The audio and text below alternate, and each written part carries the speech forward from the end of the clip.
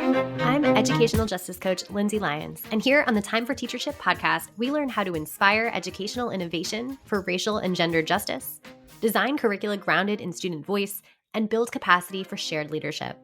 I'm a former teacher leader turned instructional coach. I'm striving to live a life full of learning, running, baking, traveling, and parenting because we can be rockstar educators and be full human beings. If you're a principal, assistant superintendent, curriculum director, instructional coach, or teacher who enjoys nerding out about co-creating curriculum with students, I made this show for you. Here we go. Welcome to an episode that is going to talk about a protocol for centering student experience in professional learning walks. I am so excited for this one. This is a practice deep dive. The freebie for this episode is going to be a slide deck for learning walk protocol that you can use. Lots of stuff here. Let's get right to it. In this episode, we are talking about learning walks, and specifically learning walks that center student experience and are less about, and I think this is ultimately the intention of learning walks as designed, but less about evaluating teacher performance and more about what is the experience of students in these classrooms and what are the trends that as an instructional leader or an instructional leadership team, I can quickly identify and make an action plan to support, because these are things that I'm seeing across the school, across the community, if you're doing this at a district-wide level, or even a department or grade team if you're doing it at that level. So we're quickly identifying trends that span multiple classrooms and then figuring out what can I do as a leader to support teachers in this particular area of growth that's been identified. So it's really about us as learners and leaders and supporters of instruction and less about the teachers. I want to make that really clear right up front. It is not a typical observation, and even the notes that you take are not going to be shared out in any way to those individual teachers. They're not going to be giving specific feedback to teachers. It's more like we're going to share out to the community at the end in a very growth-centered, this is me learning how to be a better supportive leader instructionally kind of way.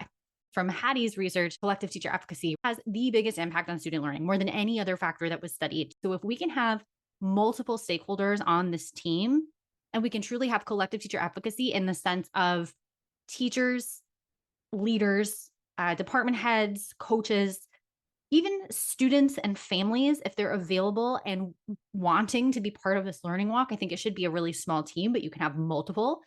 This is even more reason if this is a common practice at your school to do this at the grade team or department levels.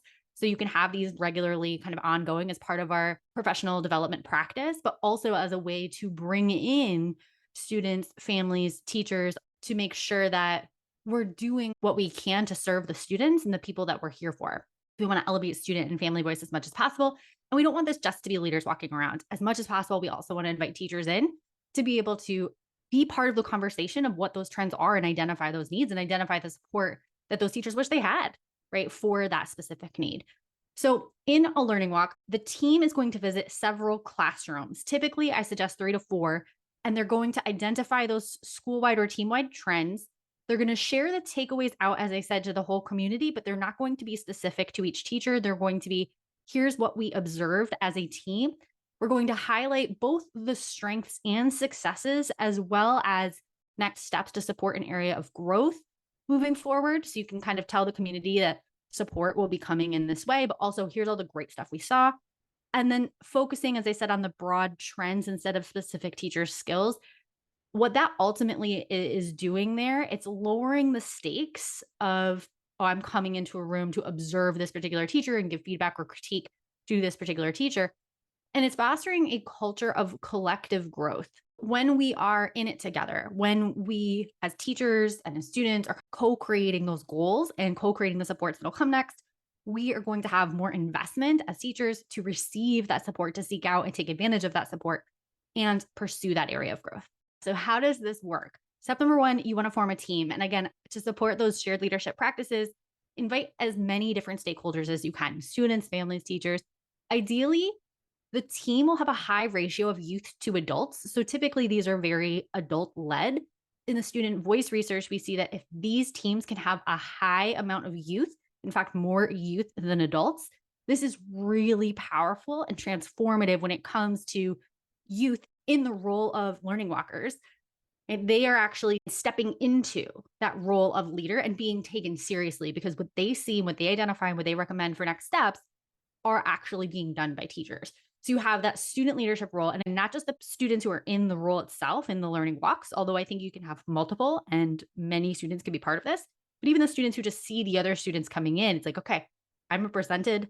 I see that my peers are doing this. So I also feel like, I can maybe even after the learning walk or before the learning walk, give those students who are doing this some student experience data, some information, some ideas. Even if I'm not the one at the table making the plan, I have kind of a conduit for sharing that information about my experience in classes. The next thing is to share as the leader. Here is what we're going to focus on because this is a school goal this year and we really want to amplify student voice, for example. So we're going to try to amplify student voice in the school. That's the goal. Here it is. And now we're going to co-plan from there. Or you can collaboratively define the purpose or focus area that's going to frame the learning walk. So if you're doing that, you can do it ahead of time if this group has met before or asynchronously, kind of gather some ideas and then hit the ground running with those ideas. And when you come in that morning, you just jump right in with those ideas that people have already kind of surfaced. Or you can just kind of come in and ask, what are we wanting to do? What are we wanting to look for? What is our goal? Co-create it there and then move forward with that. But just know that we need to create enough space for that if we're taking that approach. Number 3, we have gathered the group. We've defined the purpose. Now with that focus and purpose in mind, we're going to create kind of an observation. Typically I've called this a look for list. I'm trying to decrease my ableist language. So we are going to kind of collect that experiential data or observe what we can, gather what we can in terms of evidence, concrete things when we go into those rooms. This is how your participants in the learning walk are going to structure their observations and notes. To do this, I would invite participants to brainstorm what does success in the defined focus area look like, sound like, feel like, whatever it is that you want to use as words here. These are the ones I typically use, but experience is the word that I keep coming back to. And then however you want to break that apart for the folks in your particular group, please do that. I would focus on student actions more than teacher actions. A lot of times we come in and we're like, oh, the teacher did this and the teacher did not do this and the teacher should have done this. Focus on what are the students' responses. And they don't have to be actions. They could be even nonverbal, right? But what are the students' experiences in this classroom? Not what is the teacher doing? Now, the student experience it very much may be a result of what the teacher has done or not done. In our notes, what we're going to focus on is that student experience is what we want to really focus on and center. So let's collect data about that as much as we can. We may converse with the students. We may just silently observe. We may collect more data after if we want to follow up. But for now, let's just think about what we can get from maybe 15 minutes in a classroom with the students. So let's get to that part. Step 4, I would select about 3 classrooms to visit. So let host teachers know the focus area being studied. Tell them what we're coming in to see if you know it in advance. And if you don't, just say, hey, we're looking for broad trends that are going to support the student experience in our schools. Let them know that you are not there to see them. I used to have a principal that would say this, and she was like, I'm not here to see you, so don't talk, right? Like as much as possible, put the student grappling, the student voice, the student, experience on display because that's what we're there for. Number 5, on the day of the learning walk, we're going to meet as a team. We're going to review the look for list if you have created something in advance. If not, you're going to co-create that observation list together. You're going to remind participants to focus more on student actions than teacher actions. And optionally, you might choose to use like a video of teacher instruction online, EL Education. They have a whole Vimeo channel of a ton of different classrooms in action. So you can pull up one of those and you can say, hey, we're going to practice as a team right now. Let's just play this video for 5 minutes or whatever. And then we're going to share our observation data as a practice. So I really like this as a kind of norming activity. What is it like to go through that process? How many times did I find myself actually looking at the teacher and not at the students? Right? I think that's really helpful. Next, you are going to visit the classes. So you've met in the morning, you've set the groundwork, set the foundation for what is the experiential stuff we're going to go kind of take in and absorb.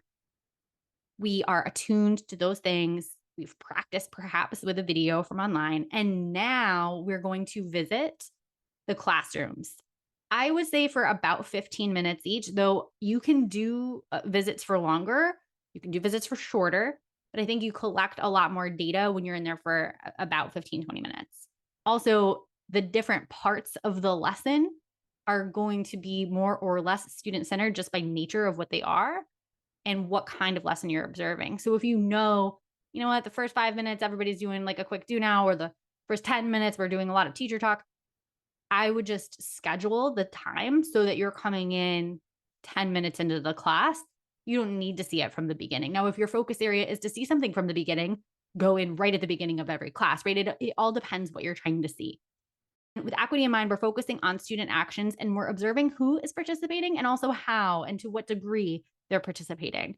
So we want to observe equity in the discussion. I'm just using student discussion as an example because I'm always looking for this. But if only a few students are participating, or students are only participating in the questions that have a quote unquote right answer, we are going to want to focus on that, right? We're going to want to name that and say, hey, when it's really open-ended or this teacher is inviting students to ask questions for inquiry, right? I'm not seeing a lot of engagement in those moments. We also want to pay attention to small group interactions. So is aggression or affirmation present in those? When we do look at teacher actions, because of course we will as well, we do want to pay attention to which students might be invited to speak, which students get feedback, and what kind of feedback goes to certain students, right? So the teacher actions are important, but in connection to the student experience, right? So for example, a student looks really excited and that followed the teacher inviting them to share their answer, and they had the answer. Or a student puts their head down and that follows the teacher directing them to try an easier question. Okay, so then let's say we're done with that first classroom observation.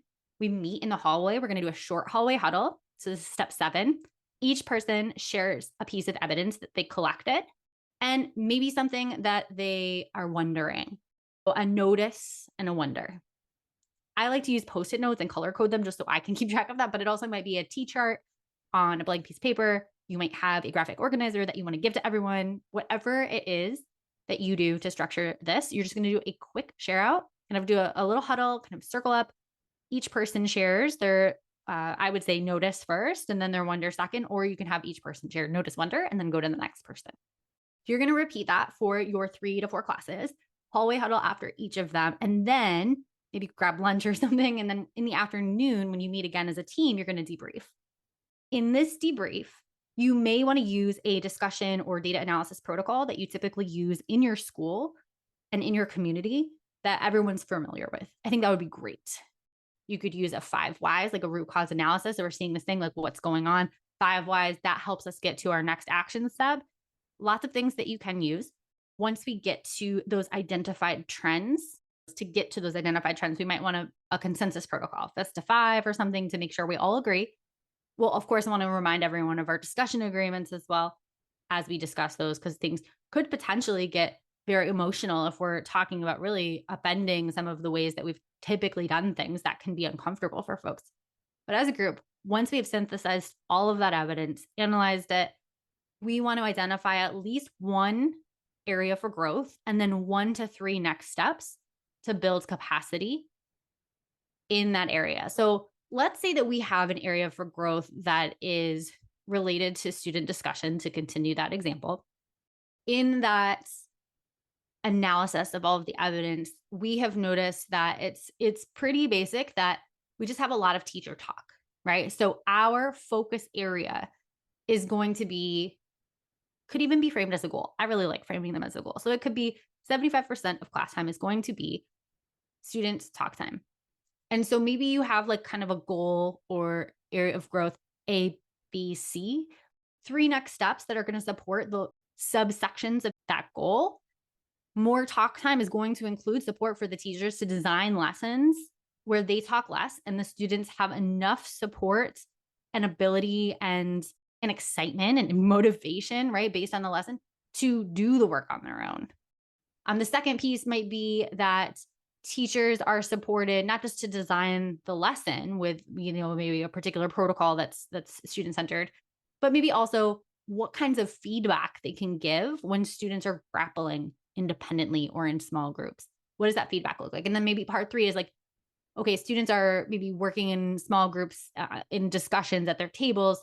How do they signal that they need help, right? And so what's the next step to kind of help teachers find a protocol or something that works for them? I like the idea of figuring out the next steps to support your goal or your area of growth under kind of the little subheadings, because I think there's big goals that we have to break down in order to get there. Now, the next thing you want to do is make sure that you share out your findings with staff. Share out that area of growth, and also, and this is key, share out all of the strengths and successes that were observed as well. You're going to share out both strengths.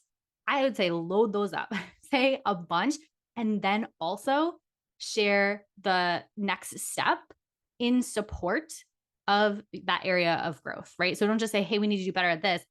Here's how we as a leadership team are going to support you in doing this thing better, because this is what we observed. If you are doing a team specific, like a grade specific or department specific learning walk, I would probably just share with those teachers. I don't think you need to share school wide unless you're looking at school wide trends and you're crossing departments and grade teams.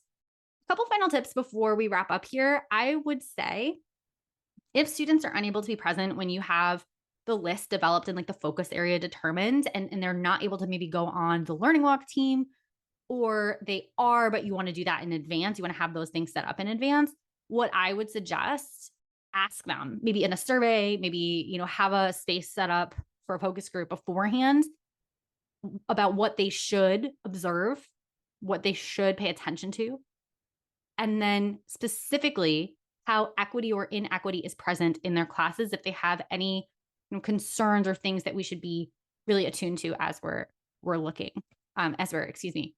doing our learning walk and observing and taking in that data. You may also want to, if you want to develop a look for list or an observation list in advance, you may want to use a particular framework. So like Massachusetts has their own kind of teacher rubric for instruction that is based in culturally responsive practices. You may use something like Danielson, right? Whatever it is, you may want to use kind of that frame and even have it up if you're co-creating to be able to tie back to this and say, hey, this is really grounded in however we are doing evaluations, but this is not an evaluation. Finally, I wanted to just name, when you are co-creating agreements for the group, for the discussion, just make sure we're considering equity of voice and stakeholder power dynamics. So for example, if you have a bunch of students on this team, every time an adult speaks, maybe a student has to speak next or something, just to make sure that students aren't silenced by, just feeling intimidated of being in a space with a bunch of adults in this role that students often aren't invited into.